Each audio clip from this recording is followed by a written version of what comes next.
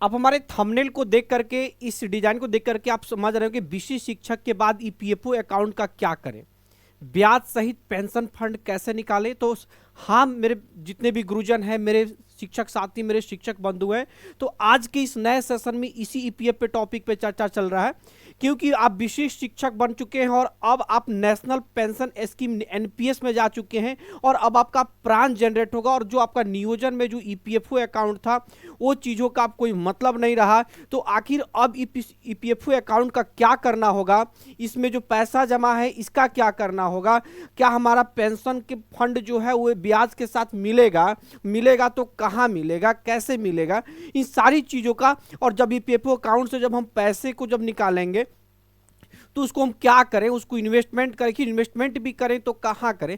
तो आज के इस नए सेशन में आज हम हमारे जितने भी गुरुजन हैं, क्योंकि 2003, 2005, 2006 से आप लोग जो शिक्षक बने हुए हैं, उस समय हम लोग मैट्रिकुलेशन भी पास नहीं हुए, तो आप कहीं ना कहीं गुरुजन हैं, हमारे शिक्षक बंधु हैं, तो हमारे शिक्षक साथी भी हैं। तो इन सभी को मैं तहे दिल से नमस्कार करता हूं और बिना एकेडमी ऑफिशियल से मैं बहुत बहुत स्वागत भी करता हूं। और इस वीडियो में को अंत तक बने रहेंगे। आज इस ईपीएफओ अकाउंट की मैं सच्चाई बताने जा रहा हूं। इस ईपीएफओ के अकाउंट से हम लोग पैसा कैसे निकालेंगे, पेंशन फंड कैसे, क्या 80% निकलता है या 120% निकलता है, यानी आपकी अगर 1 लाख रुपए जमा है तो 1,20,000 निकलेगा या 80,000 निकलेगा। इन सभी चीज़ों पे हम लोग विस्तृत चर्चा करने वाले हैं। तब तक हमारे चैनल को आप सब्सक्राइब कर दीजिए, क्योंकि बिना आपके आशीर्वाद का और बिना आपके प्यार का ये चीज़ें संभव नहीं है कि हम आपके पास तक इतनी अच्छी अच्छी वीडियो को लेके आ सके और इतनी अपनी अनुभव को आपके पास तक शेयर कर सके। तो इसलिए हमारे चैनल को आप सब्सक्राइब जरूर कर दीजिएगा और वीडियो को शेयर जरूर कर दीजिएगा, ताकि आपका प्यार और स्नेह और आशीर्वाद बना रहे मेरे पर। तो आइए हम देखते हैं कि इस वीडियो में कि आपका जैसे एक सबसे पहले जब भी आप ईपीएफओ अकाउंट की बात करते हैं, तो किसी के पास अगर नेम सुधार करने जाते हैं, डीओबी सुधार करने जाते हैं, या मान लीजिए कि पैसा आप कुछ भी करने जाते हैं, तो सबसे पहले जो कोई व्यक्ति जाता है तो आपका एक पीडीएफ निकालता है। वो पीडीएफ क्या होता है, जरा इस चीज़ को समझने की कोशिश, आप धैर्य रखिए, धीरे धीरे सारी चीज़ों को बताएंगे। देखिए, तो सबसे पहला जो पीडीएफ निकालता है, अगर वो चीज़ें देखेंगे यहाँ, तो पीडीएफ क्या होता है, देखिए कि इस तरीके का पीडीएफ होता है। जो देखो, employ provident fund organisation, ministry of labour and employment, government of India के द्वारा ये आपका एक पीडीएफ निकलता है, जिसमें आपका देखिए स्थापना आईडी या नाम दिया गया रहता है, जो कि डिस्ट्रिक्ट है ना, डिस्ट्रिक्ट एजुकेशन ऑफिस माली वेस्ट चंपारण लिखा हुआ है। इसमें लिखा है कर्मचारी शेयर कितना है, 87,315, एम्प्लॉयर शेयर कितना है। तो इस सारी चीज़ों पे हम लोग चर्चा करने वाले हैं। देखिए, इसमें सारी कुछ लिखा गया। तो अगर इसी चीज़ को देखिए, ये अब इन सभी चीज़ों पे हम चर्चा कर रहे हैं, धीरे धीरे आप इस चीज़ को बस ध्यान रखेंगे। अब इसमें क्या होता है, जबकि आपको पता है कि ईपीएफओ अकाउंट में जो भी हमारे राज्य के जो कर्मचारी होते हैं, जो नियोजित होते हैं, उनके लिए ईपीएफओ होता है, और जो राज्य कर्मी, स्टेट गवर्नमेंट या केंद्रीय कर्मी होते हैं, उनके लिए एनपीएस बनता है, नेशनल पेंशन स्कीम में बनता है, और इसमें एम्प्लॉय प्रोविडेंट फंड में जाता है ईपीएफओ। ठीक है।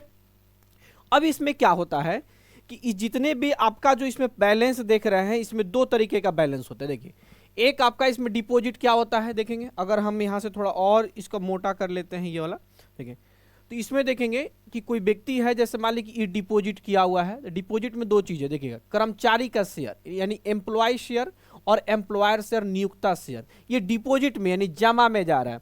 यानी ये जमा का मतलब है कि ये जो है आपका रिटायरमेंट के टाइम मिलेगा, ये जो है आपका रिटायरमेंट के टाइम मिल जाएगा, अगर आप बीच में नहीं निकालते हैं तो। इसमें देखेंगे, जैसे मान ली कि ये अक्टूबर 2020, चूंकि जितने भी नियोजित शिक्षक हैं वो लोग अक्टूबर 2020 से उनका ईपीएफ कटना शुरू हुआ था। उसके पहले ईपीएफ नहीं कट रहा था, उसके पहले यूटीआई वगैरह में जमा किया जाता था। तो मान ली कि अक्टूबर 2020 में आपके वेतन से 1,800 रुपये कटा। कितने रुपये कटा? 1,800 रुपये कटा, और वो आके इस एम्प्लॉय शेयर के हिस्से में चला गया। और 1,800 रुपये जो है गवर्नमेंट जो है आपके फंड में जमा, तो उस 1,800 रुपये को 2 भाग में बांटता है।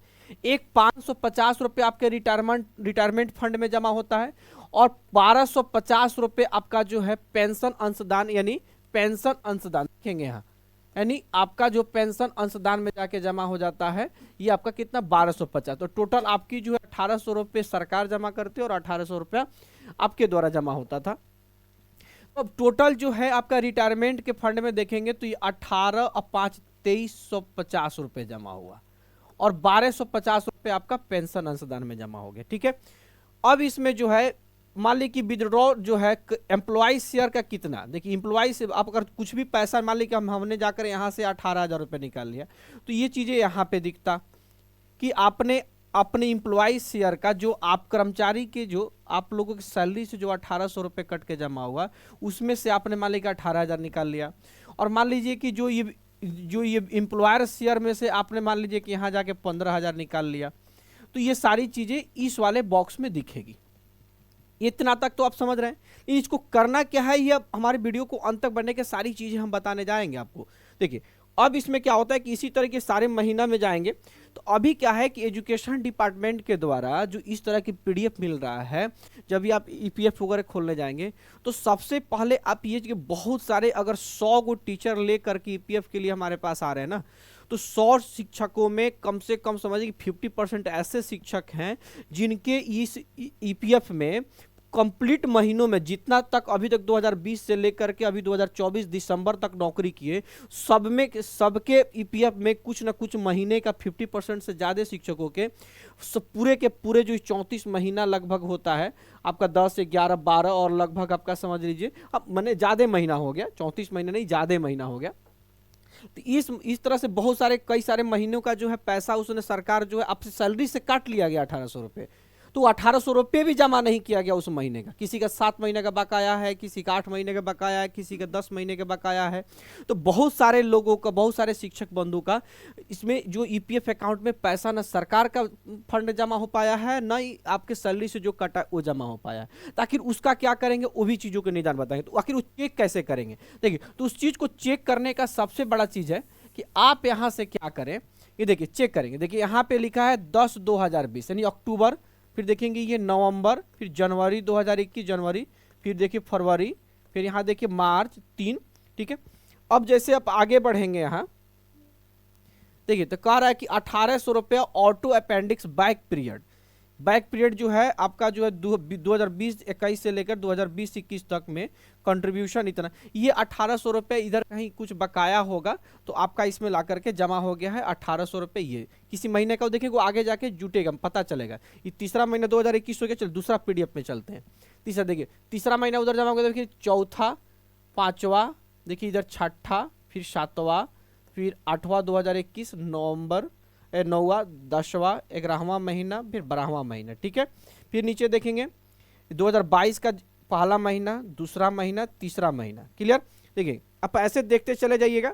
देखिए तीसरा महीना 2022 के बाद आप देख रहे होंगे फिर तीसरा महीना देखिए, फिर यहाँ से चौथा महीना नहीं है, लेकिन चौथा महीना में इंटरेस्ट अपडेटेड अप टू इतना, ये इंटरेस्ट है। देखिए इंटरेस्ट इतना अपडेट हो गया। अब यहाँ से देखेंगे इसमें चौथा महीना जो है, चौथा महीना 2022 का पेमेंट नहीं है। फिर देखेंगे पाँचवा, देखिए फिर छठा, फिर देखिए सातवां, फिर आठवां, फिर नौवां, इस तरह से 9/2022। फिर देखेंगे 10/2022, फिर ठीक है। फिर देखिए अब 10/2022 देखिए आप यहाँ पे देखेंगे ये अक्टूबर 2022 को जमा हुआ, ठीक है। उसके पहले जो देखिए ये कह रहा है कि इंटरेस्ट अपडेटेड, इंटरेस्ट इतना आपका मान लीजिए कि जमा हो गया, ठीक है। अब इसके बाद देखिए सीधे के सीधे क्या हो गया है कि अब आपका कंटिन्यू फॉर ड्यू मंथ, ये जो अप्रैल 2023 यानी 10वां महीना 2022 के बाद से सीधे आपका कहाँ पे आ गया, आपका चौथा महीना 2022 आ गया। यानी इस 10 महीने से लेकर 10वां महीना यानी नवंबर, दिसंबर, जनवरी, देखिए ये चीज है नवंबर, दिसंबर, फिर जनवरी, फिर फरवरी और फिर मार्च। ये टोटल देखेंगे 5 महीनों का पेमेंट यहाँ जमा नहीं हुआ, इनका गायब है यहाँ से। फिर देखेंगे फिर 4 के बाद देखिए फिर 5वां महीने का यहाँ जमा नहीं हुआ। देखिए फिर यहाँ से अगर देखेंगे तो पुनः फिर मई का जमा नहीं हुआ है। देखिए फिर छठा, सातवां, आठवां, 9, 10, 11, 12, फिर देखिए जनवरी, फरवरी, मार्च 2024। फिर देखेंगे देखिए ये तो यहाँ से एक ऐसा लग रहा है कि इसमें से हाँ नहीं नीचे है, देखेंगे नीचे है, ठीक है 3। फिर देखेंगे 4 2024, देखिए 5, फिर यहाँ से देखिए फिर 6 का गायब हो गया, यानी 6 2024 का यहाँ से गायब। देखिए 7, 8, 9, क्लियर। फिर देखेंगे 10वां महीना, 11वां महीना और 12वां महीना 2024। तो इस जो शिक्षक बंधु हैं अगर इनकी देखेंगे तो 1 महीना इधर हो गया देखिए और 6 महीने का इधर गायब हो गया। तो टोटल आपका जो है 7 मंथ का देखिए टोटल 7 मंथ्स का इसमें 1800 रुपये यानी एम्प्लॉय शेयर और 1800 रुपये एम्प्लॉयर शेयर, ये दोनों के दोनों गायब है। अगर हम बात करें तो 18 रुपये इधर और 18 ठीक है, अब 12,600 रुपये इधर। क्लियर? यानी टोटल आपका हो जाएगा लगभग 12×24 25,200 रुपये इनका जमा अभी तक नहीं हुआ है। जब 25,200 रुपये यदि जमा नहीं हुआ है, कहीं ना कहीं ड्यूज हो गया, ये कुछ कम बेस भी होगा क्योंकि बीच में बहुत सारी चीज़ें जब आप जाएंगे देख रहे होंगे तो आपका जो है इसमें देखें 3344 यहाँ कुछ ऐड हो गया। तो इस तरह से कुछ काट छाट के कंप्लीट सारी चीज़ें आपको यहाँ पे हिसाब लगानी पड़ेगी। तो आप देख रहे हैं कि एम्प्लॉयर शेयर जो है यहाँ पे 87,315 जमा हुआ है और यहाँ पे एम्प्लॉयर का शेयर 29,181 जमा हुआ है और 53,750 आपका पेंशन फंड जमा हुआ है। क्लियर? तो अब इस जो ईपीएफ अकाउंट में जो इतना पैसा जमा हुआ है, अब आप इसको क्या करेंगे? आप किसी भी आप साइबर कैफे में जाइए या किसी भी जहाँ पे आपका ईपीएफओ का काम करता है, कोई भी साइबर कैफे वाले, उन लोगों के पास जाइए, बोले कि हमारा पीडीएफ निकाल के दे दीजिए। उस पीडीएफ को आप निकाल सकते हैं या आप अपने मोबाइल पर भी जाकर के उमंग ऐप पर आप एक आईडी जनरेट, अपने मोबाइल नंबर और एक पिन कोड बनाइए 6 डिजिट का और वहाँ से एक आईडी जनरेट कर लीजिए और वहाँ ईपीएफओ के पास आप अपना जाइएगा, यूएन नंबर दबाइएगा, एक मोबाइल नंबर पे ओटीपी आएगा, ओटीपी को जब यूएन पे क्लिक कीजिएगा उमंग ऐप में तो वहाँ से आपका पासबुक जनरेट हो जाएगा और ये पीडीएफ निकल जाएगा। आप इजी वे में वहाँ से भी कर सकते हैं। उमंग ऐप पे जाना है, फिर से बताते हैं, वहाँ लॉगिन पे क्लिक करना है, राइट साइड में उमंग ऐप पे लॉगिन करना। चलिए हम वो भी चीज़ें अगर कहेंगे तो वो भी चीज़ें मैं आपको बता दूंगा। यहाँ पे वहाँ लॉगिन करेंगे, यूएन नंबर, एक ओटीपी के लिए, तो ऐसा एक पीडीएफ जनरेट हो जाएगा। क्लियर? अब पीडीएफ जनरेट करते आप यहाँ से पता कर सकते हैं कि कैसे कैसे बैलेंस आपका कटा है क्या नहीं। हम वो चीज़ों को बता भी देते हैं, कोशिश करते हैं, थोड़ा धैर्य रखें। वीडियो थोड़ा लंबा होगा लेकिन मैं बता देता हूँ। देखिए अगर आप जाते, मैं मान लीजिए यहाँ पे मैं क्या करता हूँ, यहाँ अगर मैं यहाँ जाता हूँ, देखिए अब यहाँ से आप क्या करते हैं कि सबसे पहले यहाँ उमंग खोल लीजिए। अगर आप उमंग देखें, उमंग खोल लेते हैं, चलिए उमंग ऐप कर लेते हैं। जैसे आप उमंग देखिए यहाँ पे उमंग खोलें, क्लियर?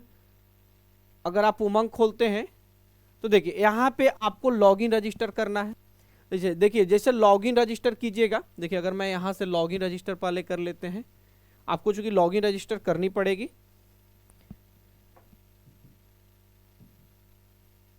ये कहीं ना कहीं कुछ इसमें नेटवर्क इशू होगा, लॉगिन हो जाएगा। जैसे यहाँ से आप लॉगिन करते हैं, अगर मैं यहाँ से रिफ्रेश करता हूँ एक बार, देखेंगे, थोड़ा सा धैर्य रखेंगे, हम आपको एक एक चीज़ें सभी चीज़ बताएंगे।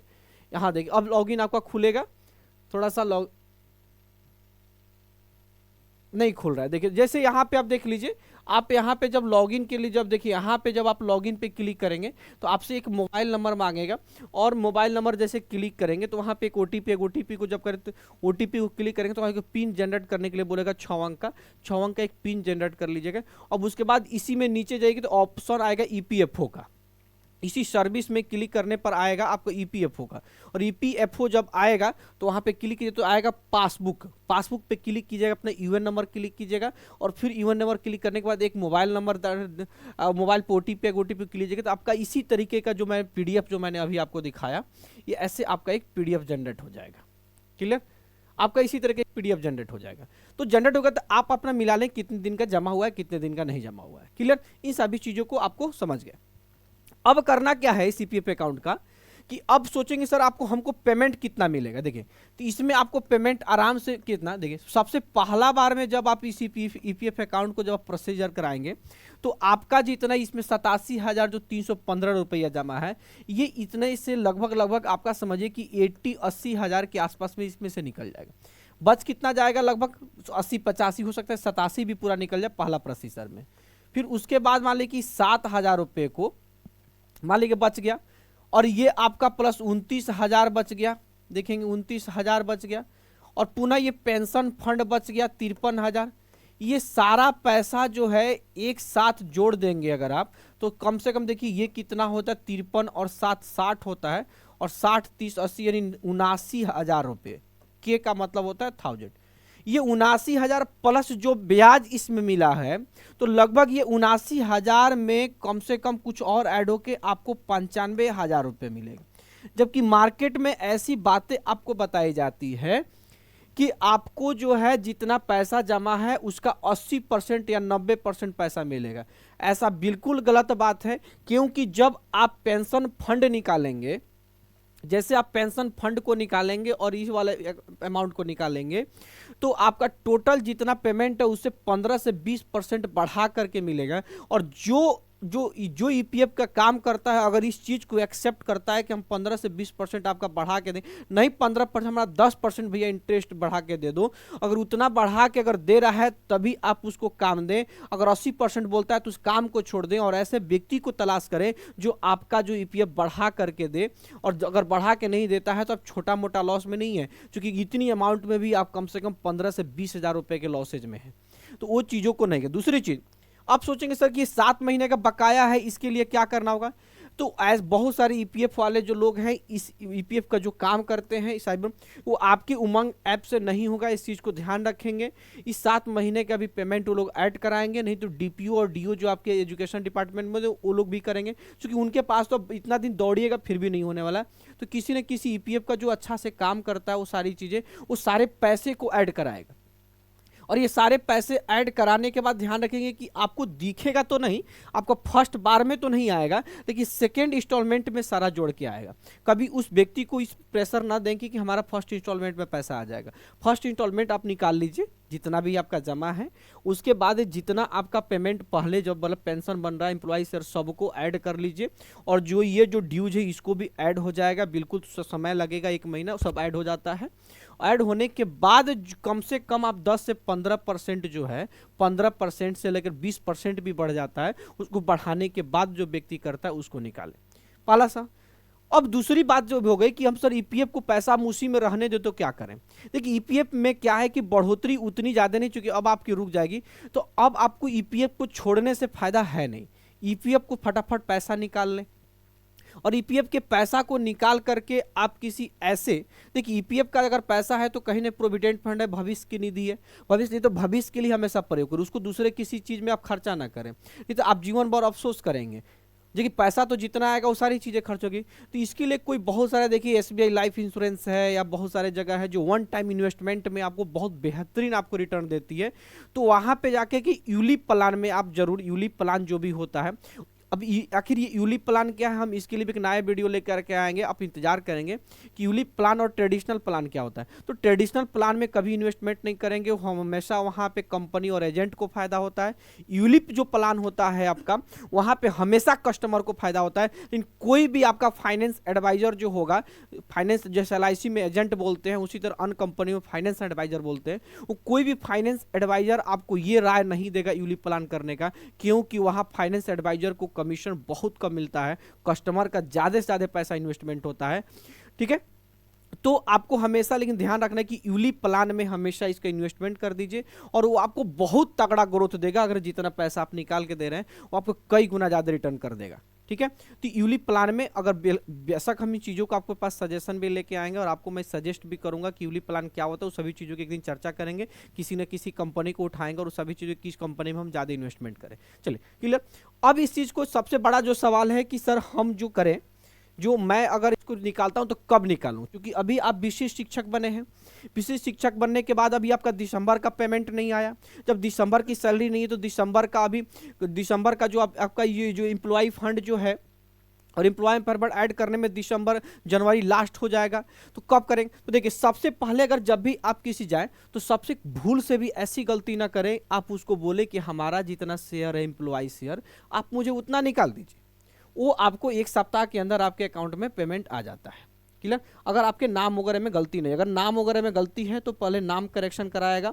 नेम करेक्शन करने में 10 दिन से लेकर 45 दिन का समय लगता है, और जब नेम करेक्शन हो जाएगा तो आपका पहला निकाल लीजिए, उसके बाद आप छोड़ दीजिए। और जब दिसंबर का आपका जो 1800 रुपये और 1800 रुपये एम्प्लॉयर फंड 3600 रुपये ऐड हो जाता है, जो जनवरी के लास्ट तक या फरवरी के फर्स्ट वीक तक वो हो जाएगा। जब हो जाता है तब इसको आप पेंशन फंड को और इस एम्प्लॉयर फंड को ऐड जोड़ करके ब्याज के सहित निकलवाएं। क्योंकि जैसे ही पेंशन फंड को प्रोसेस करेंगे तो आपका जो अकाउंट है इनएक्टिव हो जाएगा, यानी बंद होने, आपका क्लोज, यानी समझिए कि वो डीएक्टिव होने की शुरू हो जाएगा, अब उसमें से लेन देन खत्म हो जाएगा। तो कभी भी पेंशन फंड और इसको तभी तोड़ें जब आपको ईपीएफ अकाउंट को कंप्लीट बंद करना हो। इसलिए ईपीएफ अकाउंट को आप बंद करके बहुत अच्छी किसी यूलिप प्लान में जो आप उसका इन्वेस्टमेंट कर लें और इसको यहाँ से सारी चीज़ें निकाल लें। ठीक है, तो ये सबसे बेहतरीन है। लेकिन ध्यान रखना है कि अब जैसे विशिष्ट शिक्षक बने तुरंत के तुरंत सभी को क्लोज नहीं करना है। सबसे पहला जो आपका एम्प्लॉय जो फंड है, यानी ये जो पहला लाइन वाला जो फंड है, सिर्फ इतना पैसा निकालें।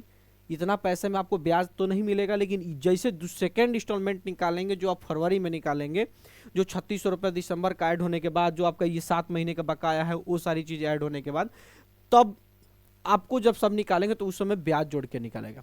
लेकिन मार्केट में आपको ऐसे बहुत सारे लोग मिलेंगे जो कि आप इस बात को कहेंगे, हमारे से जो भी शिक्षकगण साथी हैं, कि हम इतने सारे पैसे नहीं, हम 80% निकाल सकते हैं। बहुत सारे लोग उमंग ऐप से क्लेम करके पैसा निकालें, तो बिल्कुल आप निकाल सकते हैं, लेकिन निकालेंगे कौन सा, ये वाला। उसमें हमेशा आपका 70 से 80% ही उमंग ऐप से निकलेगा, पूरा पैसा आपका नहीं निकलेगा और वहाँ पर प्रॉब्लम होगी। बहुत सारी चीज़ें ऐसी है। देखिए, और बात क्या है कि मान लीजिए कि अब हम इन व्यक्ति का जैसे मान लीजिए कि लेते हैं, पहला कुछ प्रॉब्लम भी आता है। अब इसमें समस्याएं कहाँ कहाँ आती है। जैसे आज हमारे पास कोई एक आदमी आया था, तो उनके पास क्या था कि अभी तक उनको 34 महीने की नौकरी हो गई, 34 महीनों में एक भी महीने का पेमेंट ऐड नहीं हुआ है। तो बेशक आप उसको छोड़ेंगे नहीं, आप ऐसे किसी ईपीएफ के काम करने वाले व्यक्ति से मिले जो आपकी सारी पैसे को ऐड करवाएगा, और टोटल पैसा ऐड करने के बाद आप उस चीज़ को निकालेंगे। आप घबराएंगे नहीं, वो ऐड होता है और वो आपका अधिकार है। नहीं अधिकार तो कोर्ट तक जा सकते हैं आप, आपके अधिकार है उस पैसे, चूंकि आपके सैलरी से काटा गया है तो आपके अकाउंट में ऐड क्यों नहीं, ये सवाल आप पूछ सकते हैं। पहला और भी इसमें क्या हो सकता है कि बहुत सारे जो लोग हैं उनकी नाम में क्या होती है, मिस्टेक होती है, नेम मिस्टेक होती है। बहुत सारे लोगों का क्या है, आधार कार्ड में नाम कुछ अलग है। तो आधार कार्ड में देखिए, जैसे कोई अगर राम कुमार है, मान लीजिए आधार कार्ड में अगर राम कुमार है और आपका मान लीजिए कि ईपीएफ में राम और कुमार के बीच में स्पेस हो गया ना, स्पेस हो गया, तो भी आपका फाइनल क्लेम नहीं होगा, वहां पे दिक्कत करेगा। तो आप इन दोनों को क्या कर सकते हैं, पहले इन लोगों को मिलाइए, पहले इन दोनों को करेक्ट। तो करेक्शन में कम से कम आपको 10 डेज से आपको 45 डेज लगता है, 10 डेज से 45 डेज लगेगा। तो 10 डेज से 45 डेज का वेट करें, और आपको यहाँ पे जब करेक्शन हो जाएगा तो आप सारा चीज़ें क्लेम करें, आपको ये सारी क्लेम मिल जाएगी। ठीक है, उसके बाद भी और भी बहुत सारा इशू है। जैसे कि ये तो नाम का इशू हो गया। एक मैंने आपको प्रॉब्लम बताया कि बहुत लोग का पेमेंट ऐड नहीं हुआ, तो वो भी चीज़ें मैंने बता दी। किसी के 1 महीने का भी पेमेंट ऐड नहीं हुआ, वो भी नहीं है। बहुत सारे लोग का इसमें नॉमिनेशन ऐड नहीं है। जब नॉमिनेशन ऐड नहीं होगा, चौथा प्रॉब्लम, तो नॉमिनेशन को भी ऐड करा लीजिए, नहीं तो बाद में वो भी क्लेम में प्रॉब्लम करेगा। चौथा जो प्रॉब्लम होगा उसमें एक जो और मेजर प्रॉब्लम जो आता है, उस मेजर प्रॉब्लम में एक और प्रॉब्लम जो मैं इस चीज़ को मिस कर रहा हूँ, जो आज मुझे देखने को मिला है वो प्रॉब्लम, और वो प्रॉब्लम जो है आपका उसमें भी काफ़ी, हाँ, बहुत सारे लोगों का ऐसा था कि उनकी क्या है कि ईपीएफ अकाउंट में आधार शेडिंग नहीं है, अकाउंट ऐड नहीं है, और कहीं ना कहीं अकाउंट उन्होंने केवाईसी नहीं कराया, तो उनकी अकाउंट डीएक्टिवेट हो चुका है। अकाउंट डीएक्टिवेट होगा तो पैसा भी आपका उसमें ऐड नहीं होगा। तो ये सारी प्रक्रियाएं जो है पहले करा लीजिए, सारा चीज़ सुधार कर लीजिए, और फटाफट इस जाकर आप चेक करा लीजिए पीएफओ के पास, जो भी पीएफ का काम करते हैं, कि हमारा चीज़ सही है कि नहीं चीज़ें। और ये सारी गलतियां तब पता चलेगी जब आप इसको प्रक्रिया करेंगे, पैसा निकालें, जब पैसा निकालेंगे प्रक्रिया करेंगे तो करें। दूसरी चीज़ है कि देखिए, ये जो ईपीएफ है ना, ईपीएफ से जो पैसा निकालता है वो भविष्य निधि की चीज़ है। और भविष्य निधि की जो चीज़ें होती है ना, ठीक है, आपको बहुत काम है ना, अगर आपको मान लीजिए 1 लाख रुपए की काम है, तो उसमें से 25, 30, 40 हज़ार रुपये भी कुछ ऐसे जगह इन्वेस्ट कर लें जो आपकी रिटायरमेंट के समय मिले। क्योंकि आपको एक दिमाग में निशानी रहना चाहिए कि भैया हमने ईपीएफ का पैसा जो निकाला वो सभी खर्च ना करके कुछ तो कुछ पैसा हमने भविष्य के लिए सुरक्षित कर लिया। तो कुछ ना कुछ पैसा आप जरूर इन्वेस्टमेंट करें, कुछ ना कुछ पैसा उसमें से बचा के जरूर ऐसे जगह रखें जो आपको रिटायरमेंट, क्योंकि ये रिटायरमेंट फंड है, पेंशन सिस्टम है, तो पेंशन के हिसाब से उस समय आपको याद दिलाए कि हमने जब नियोजन में थे तो ये पैसा इन्वेस्ट किया था। तो अगर इस वीडियो में मैंने आपको कोशिश किया कि जितनी भी चीज़ें हैं वो सभी चीज़ें आपके पास तक पहुंचाऊं, सभी समस्याएं कब निकालें, कैसे निकालें, कितनी पैसे निकल सकती है, कितनी नहीं निकल सकती हैं, किसके पास ईपीएफ के जो निकालना है उस किसके पास जाएं, किसके पास कितनी समय लगता है, ये सारी चीज़ें मैंने आपको ये चीज़ बता दी। अगर और भी कोई छूट गया हो, कुछ सवाल आपके पास आपके तरह से कुछ आ रहा हो, तो हमारे कमेंट बॉक्स में उस सवाल को जरूर बताएंगे। मैं कमेंट में हर एक व्यक्ति को मैं रिप्लाई करता हूँ, उस कमेंट बॉक्स में हर एक व्यक्ति की मैं कमेंट को पढ़ता हूँ और वहाँ पे रिप्लाई मैं करूँगा। और ज़्यादा मेजर सवाल होंगे तो मैं उसके लिए फिर से एक नया वीडियो लेकर के आएंगे। तब तक हमको आशीर्वाद और प्यार बनाए रखिएगा। आज की इस वीडियो में जय हिंद।